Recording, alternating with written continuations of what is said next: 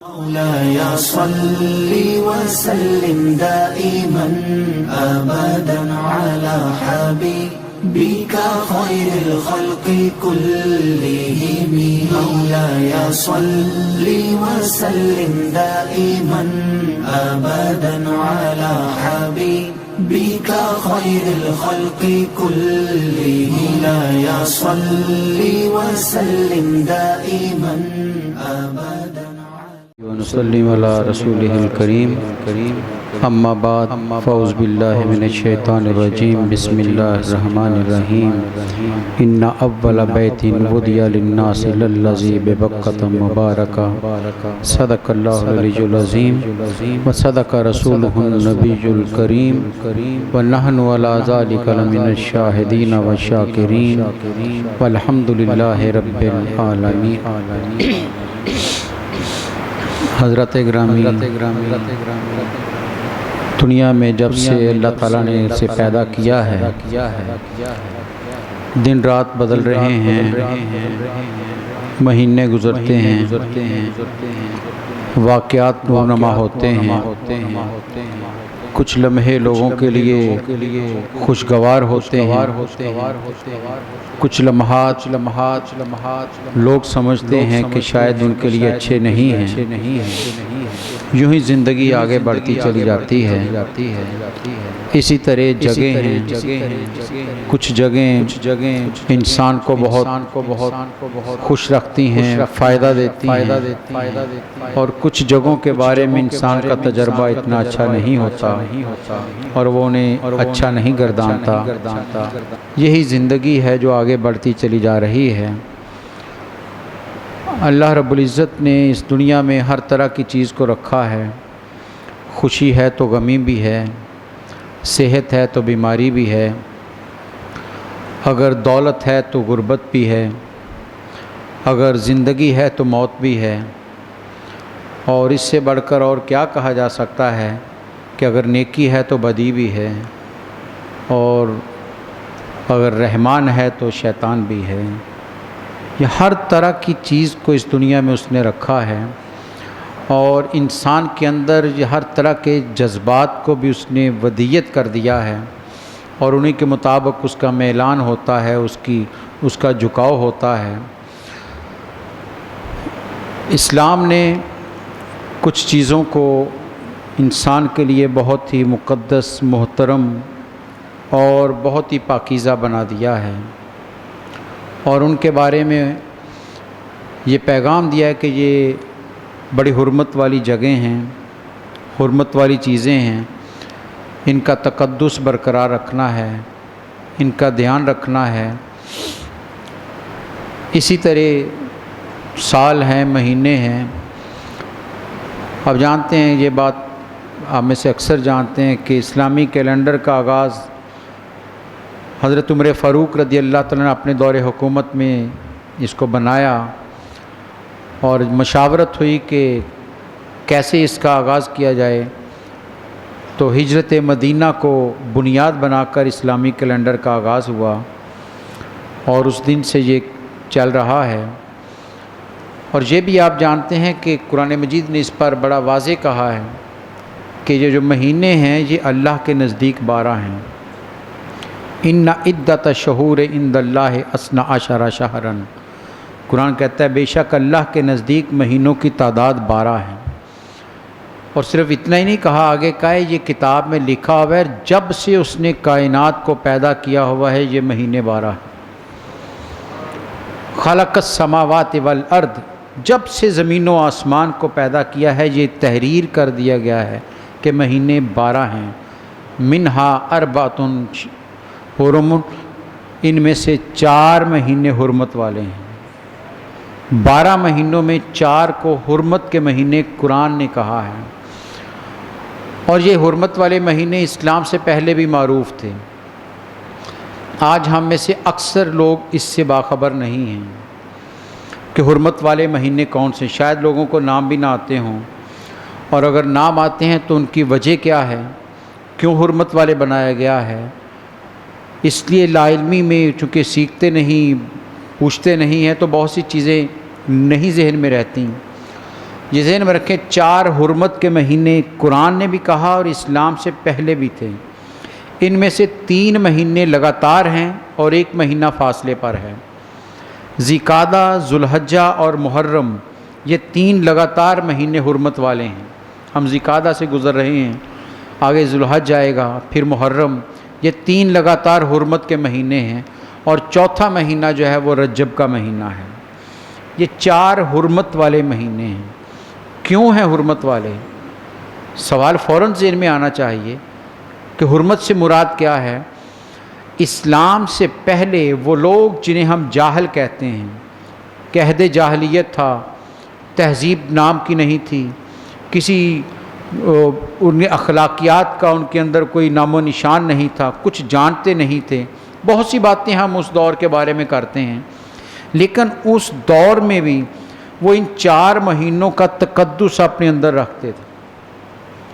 کیا تھا تقدس؟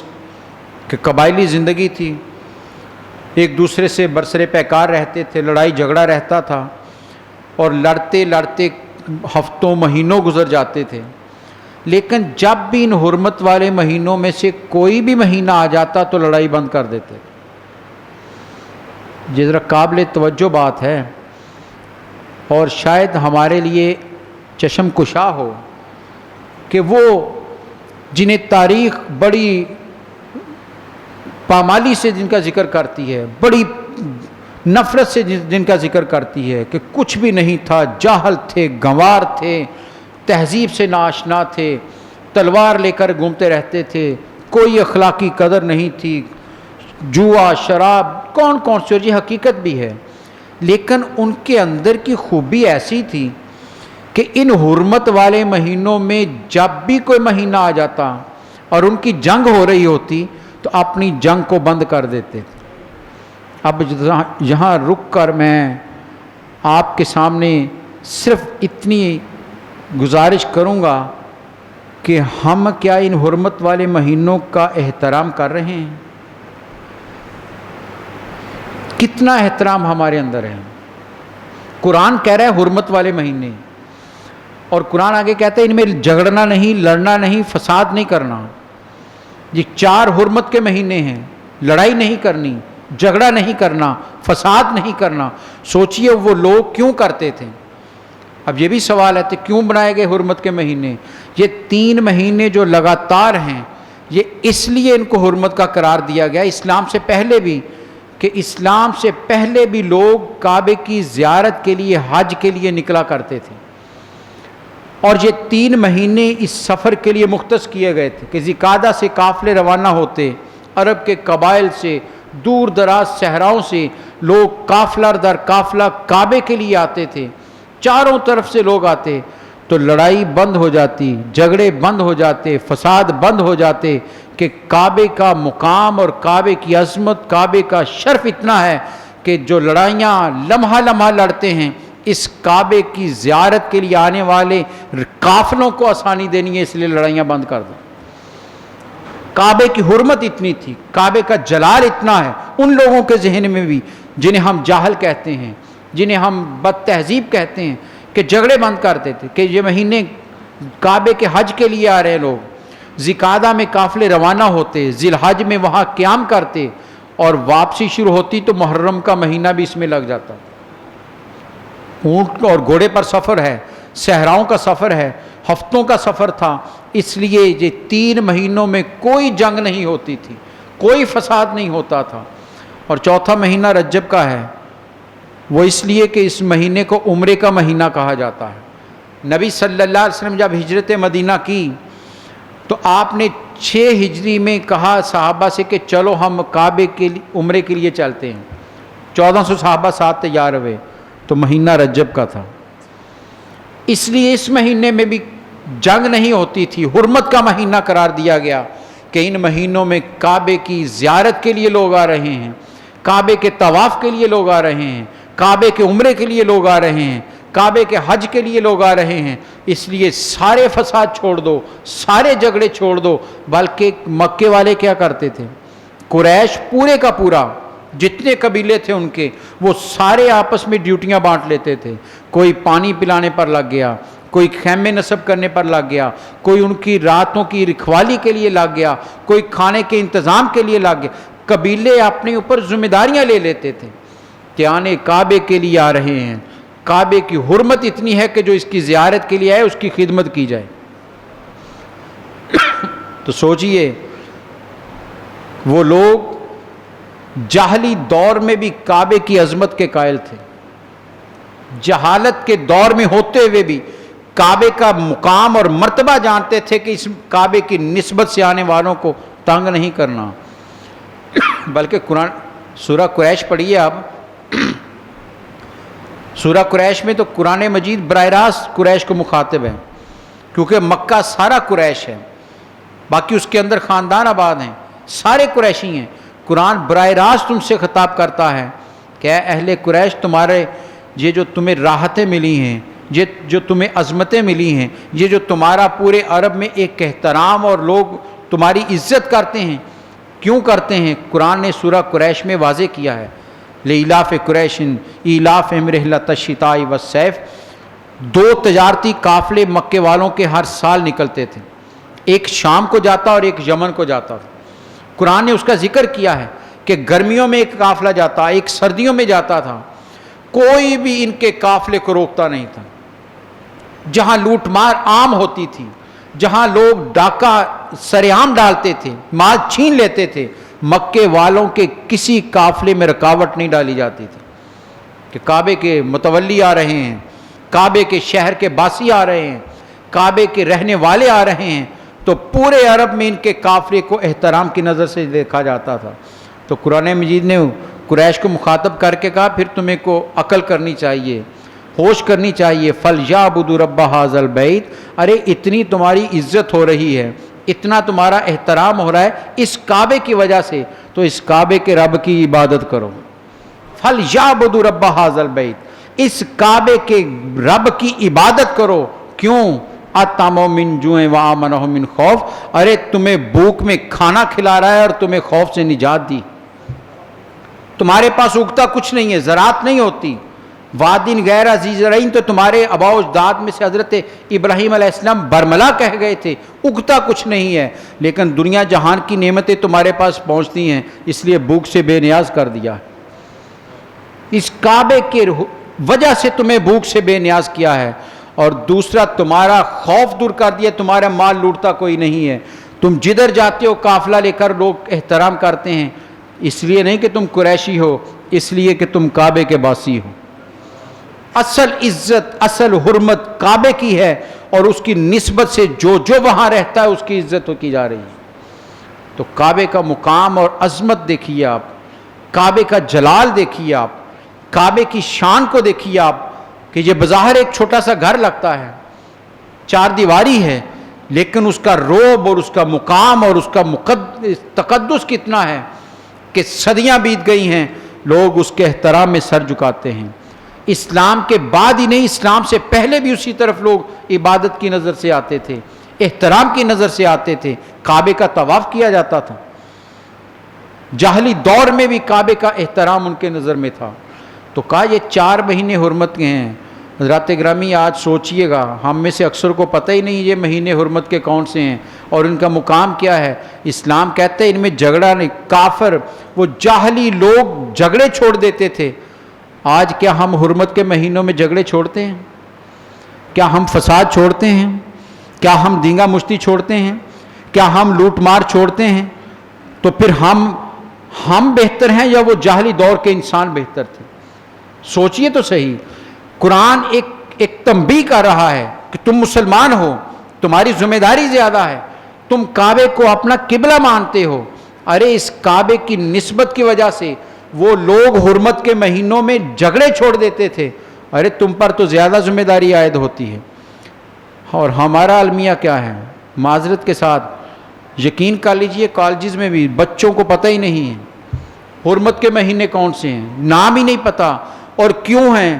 آج بھی میں بڑے محتاط طریقے سے اگر کہوں تو 80 سے 90% لوگوں کو پتہ ہی نہیں کہ حرمت کے مہینے کون سے ہیں۔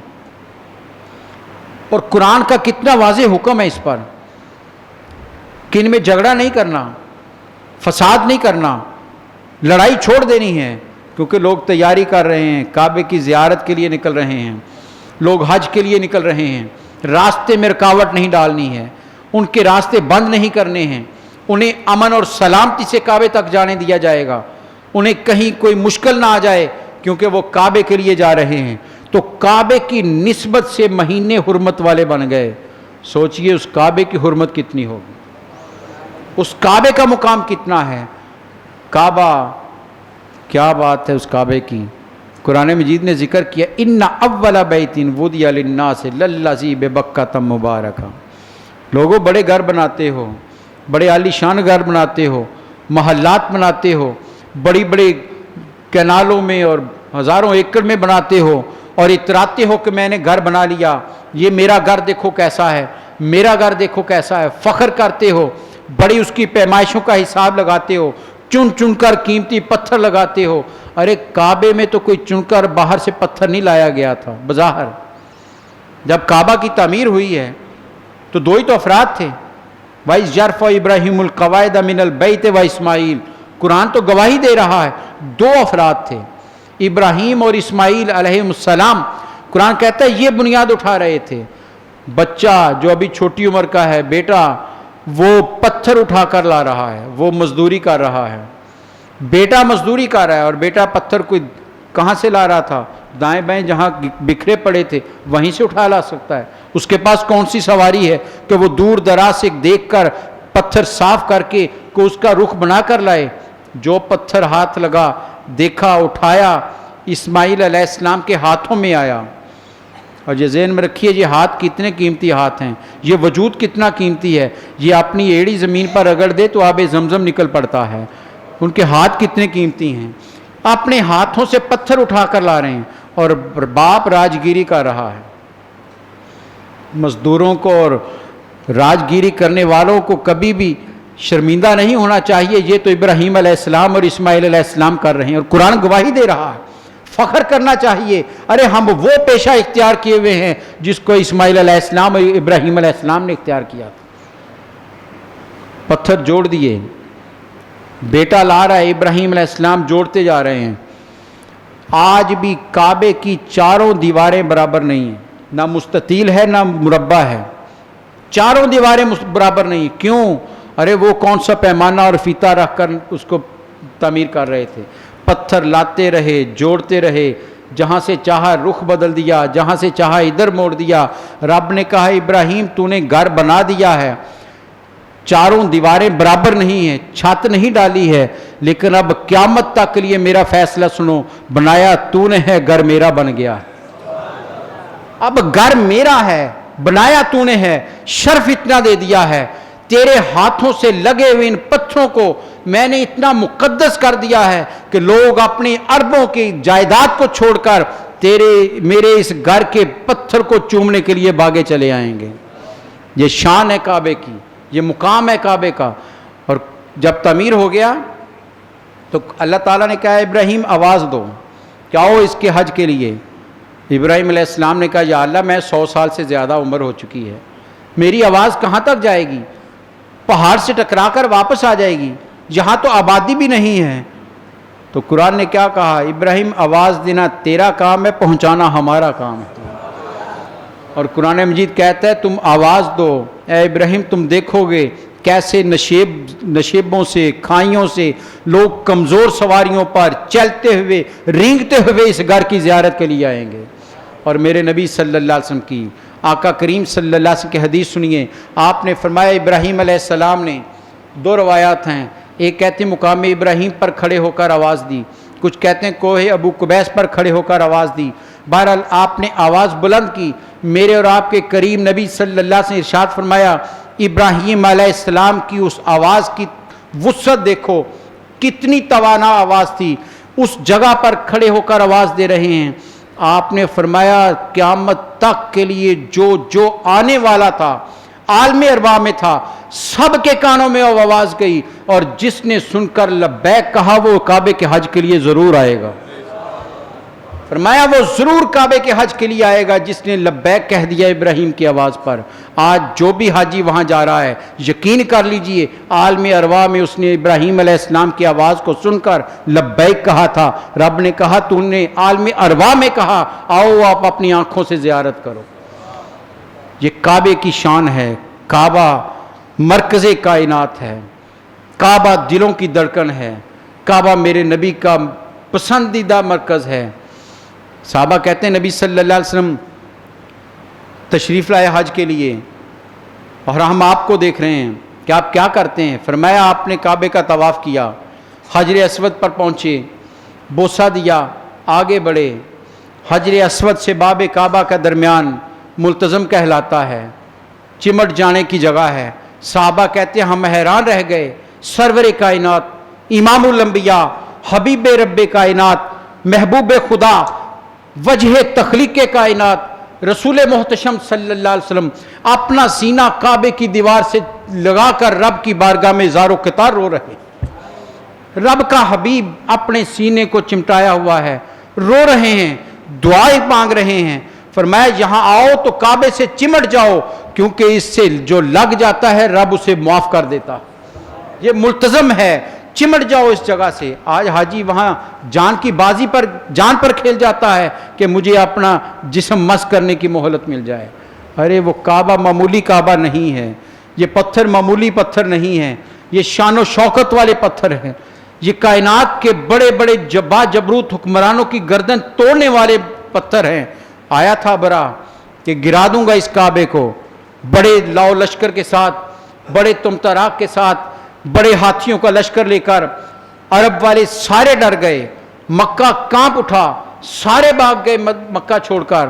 جو مکے کے نذرانے کھاتے تھے, جو مکے کے چڑھاوے کھاتے تھے, جو مکے کی وجہ سے عزتیں پاتے تھے, سب بھاگ گئے کہ ان کا مقابلہ نہیں ہو سکتا. ایک وجود بیٹھا ہے اور وہ کون ہے؟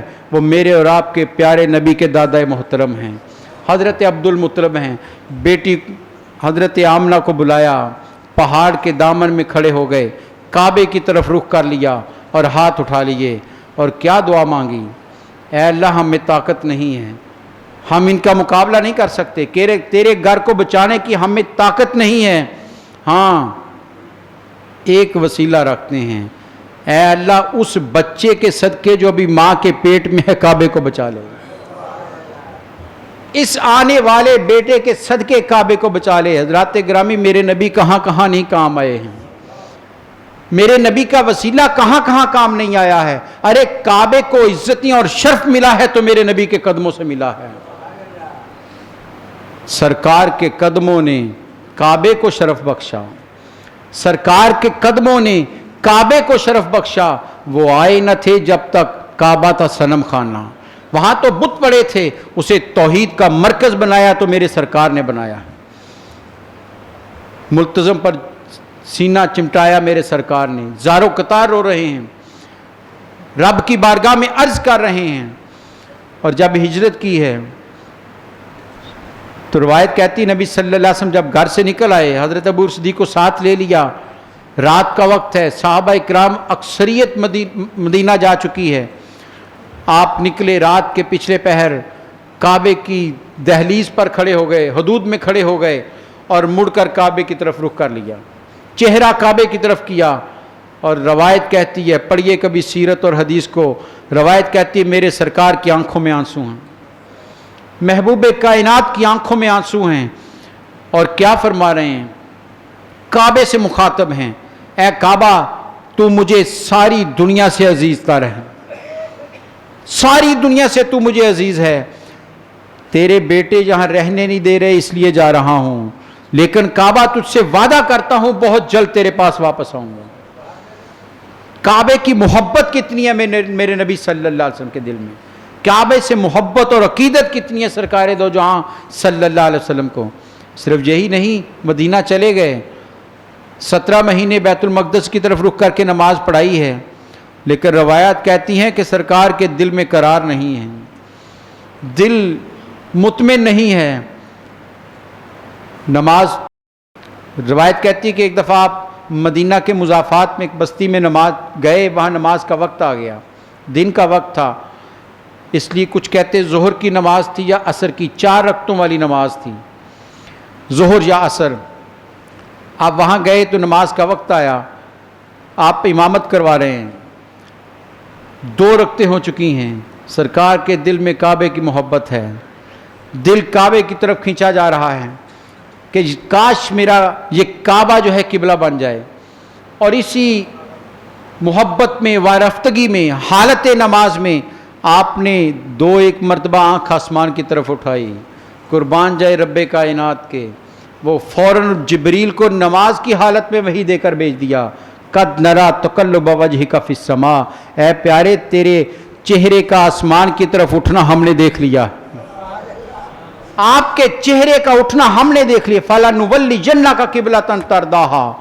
قرآن کے لفظ پر غور کیجئے، یہ نہیں کہا کعبے کو قبلہ بنا لو، رب کہہ سکتا تھا، دل کے بید جانتا تھا، کہا نہیں، آنے والے قیامت تک کے انسانوں کو خبر دینی ہے کہ میرے یار کیا مقام اور مرتبہ کیا ہے، نبی صلی اللہ علیہ وسلم کا منصب کیا ہے۔ فرمایا اے حبیب جسے آپ چاہتے ہیں ہم اسے قبلہ بنا دیں گے، قبلۃ ترضاها، آپ کی پسند کا قبلہ بنائیں گے۔ اور سرکار نے کیا کیا سرکار نے 2 رکعتیں ہو چکی ہیں، اسی دوران 1 لمحے کا انتظار نہیں کیا، تاخیر نہیں کی، کعبے سے محبت اور الفت دیکھیے سرکار دو جہاں کی، حالت نماز میں ہی آپ نے 2 طرح کی روایت ہے، کچھ مفسرین کہتے ہیں کہ درمیان سے صحابہ کو ہٹاتے ہوئے پیچھے کی طرف آ گئے، بیت المقدس کی طرف رخ کریں تو کعبہ بالکل پشت پر تھا، بالکل پیچھے تھا، اور ایک روایت کہتی کہ آپ اوپر سے ہو کر آگے ادھر پچھلی طرف آ گئے، اور صحابہ کے بھی قربان جائیں، میرے نبی جدھر جدھر جا رہے ہیں صحابہ ساتھ ساتھ رخ بدلتے جا رہے ہیں، کسی نے نہیں کہا کہ بعد میں انتظار کر لیں، آپ آواز دیں گے تو رخ بدل لیں گے۔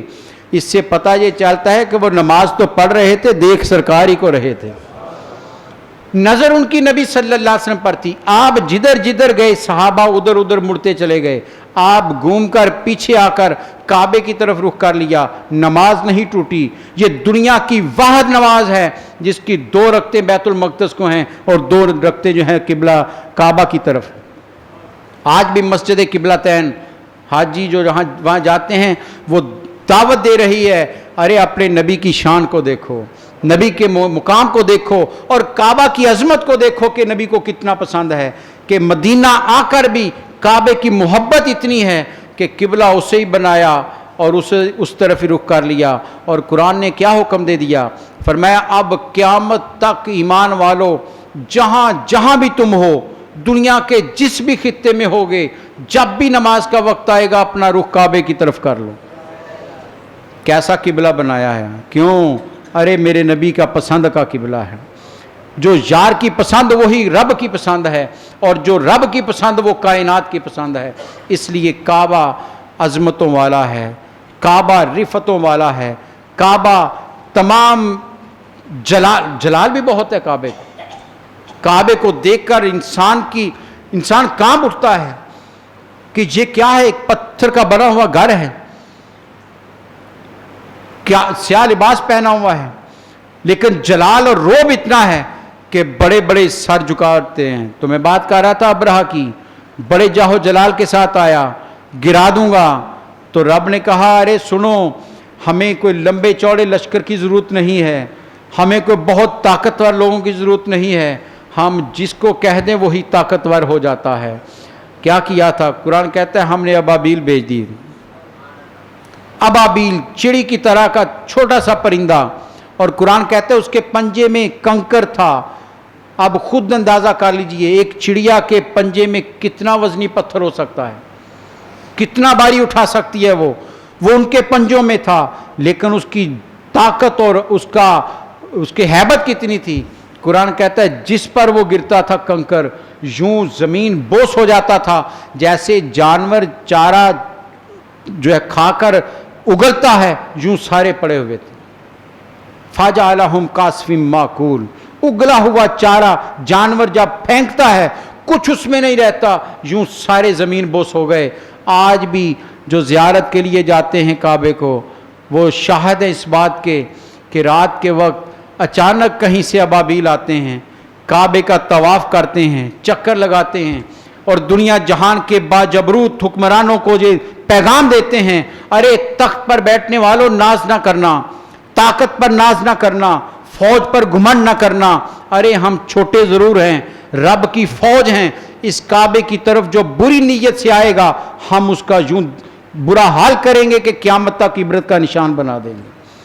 آج بھی وہ ابابیل نامعلوم کہاں سے نکلتے ہیں، کہاں چھپ جاتے ہیں، لیکن کعبے کا طواف وہ بھی کر رہے ہیں، بتا رہے ہیں لوگوں یہ کعبہ عظیم ہے، کعبہ محترم ہے، اسے اپنے دلوں کا مرکز بناؤ، اس کے لیے جھک جاؤ۔ یہ علماء اکرام کہتے ہیں، بزرگ کہتے ہیں آداب بہت سے ہیں، وہ کہتے ہیں کعبے کی طرف پاؤں بھی نہیں کرنا چاہیے، کعبے کی طرف پشت نہیں کرنی چاہیے، کعبے کی طرف رخ کر کے تھوکنا نہیں چاہیے۔ کعبہ اور مدینہ کیوں؟ ارے کعبہ اللہ کا گھر ہے، مدینہ رب کے محبوب کا گھر ہے، یہ محترم جگہ ہیں، احترام وہاں تو ہوا بھی بڑے ادب سے چلتی ہے، وہاں تو پرندے بھی، وہ کہا تھا نا سبیر رحمانی نے کہ کعبے کے اوپر سے جاتے نہیں ہیں، پرندے آج بھی جو ہیں وہ کبوتر بتا رہے ہیں کہ لوگوں اس کے اوپر سے نہیں گزرتے، اس کا احترام اتنا ہے کہ اس کے طواف کرتے ہیں، اوپر نہیں چڑھتے اس کے۔ ہاں ارے یہ شرف کسی کو ملتا ہے جو در نبی کا غلام ہو جائے، کعبہ اس کے تلووں کو بوسے دیتا ہے۔ دیکھو فتح مکہ کے موقع پر حضرت بلال کے قدموں کو بوسے دیے کعبے نے، اور قیامت تک کے لیے ایک ہی اذان ہوئی ہے کعبے کی چھت پر جو حضرت بلال نے دی ہے۔ یہ نبی کے غلاموں کی شان ہے، جو ان کا ہو جاتا ہے اسے مقام بلند ملتا ہے۔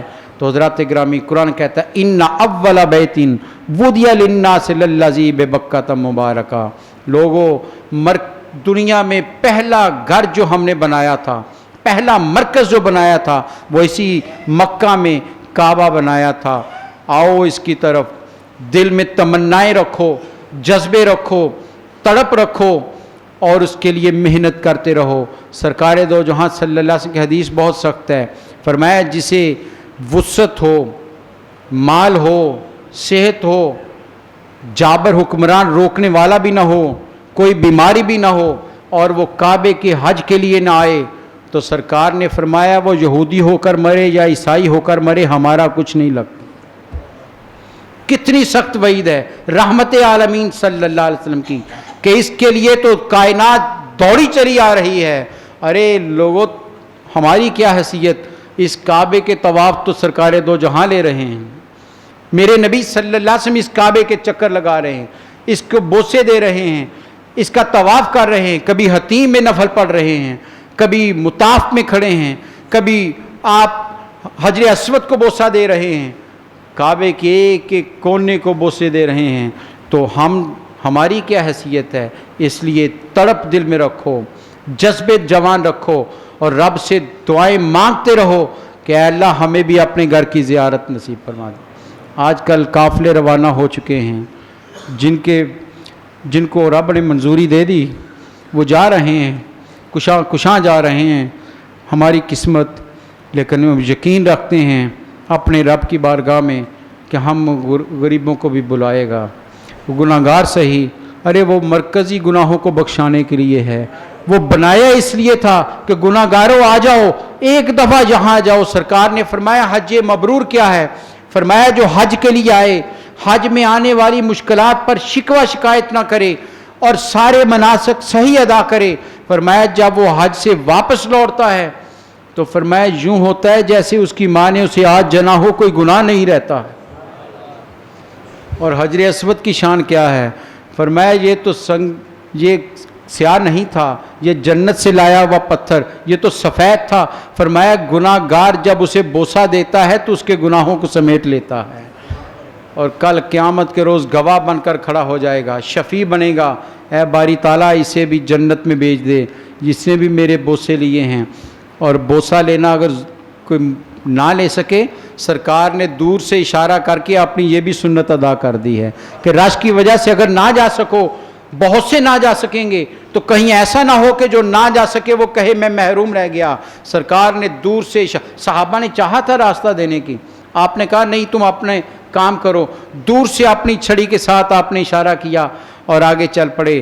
فرمایا اگر قریب نہ جا سکو تو یوں کر لو، یہ بھی تمہاری طرف سے ادا ہو جائے گا. آئیے دلوں میں تمنائیں رکھیں کعبہ جانے کی، کعبے کی عظمت کی. ہماری تو نماز ہی نہیں ہوتی جب تک کعبے کی طرف رخ نہ ہو. اس لیے تو کہتے ہیں لوگوں اپنے رخ کعبے کی طرف کر لو، دل میں نبی صلی اللہ علیہ وسلم کے یاد کو بسا لو، پھر کامیابی ہے. محبت رسول دل میں ہو، رخ کعبہ کی طرف ہو، پھر انسان کسی طاقتور جابر سے نہیں ڈرتا، پھر رب کا بے نیاز بندہ بن جاتا ہے. اللہ تعالیٰ جانے والوں کے حج کو قبول فرمائے اور ہمیں بھی توفیق بخشے کہ ہم بھی اس کے گھر کی زیارت کریں. وآخر دعوانا ان الحمد للہ رب العالمین. مولاي صل وسلم دائما أبدا على حبيبك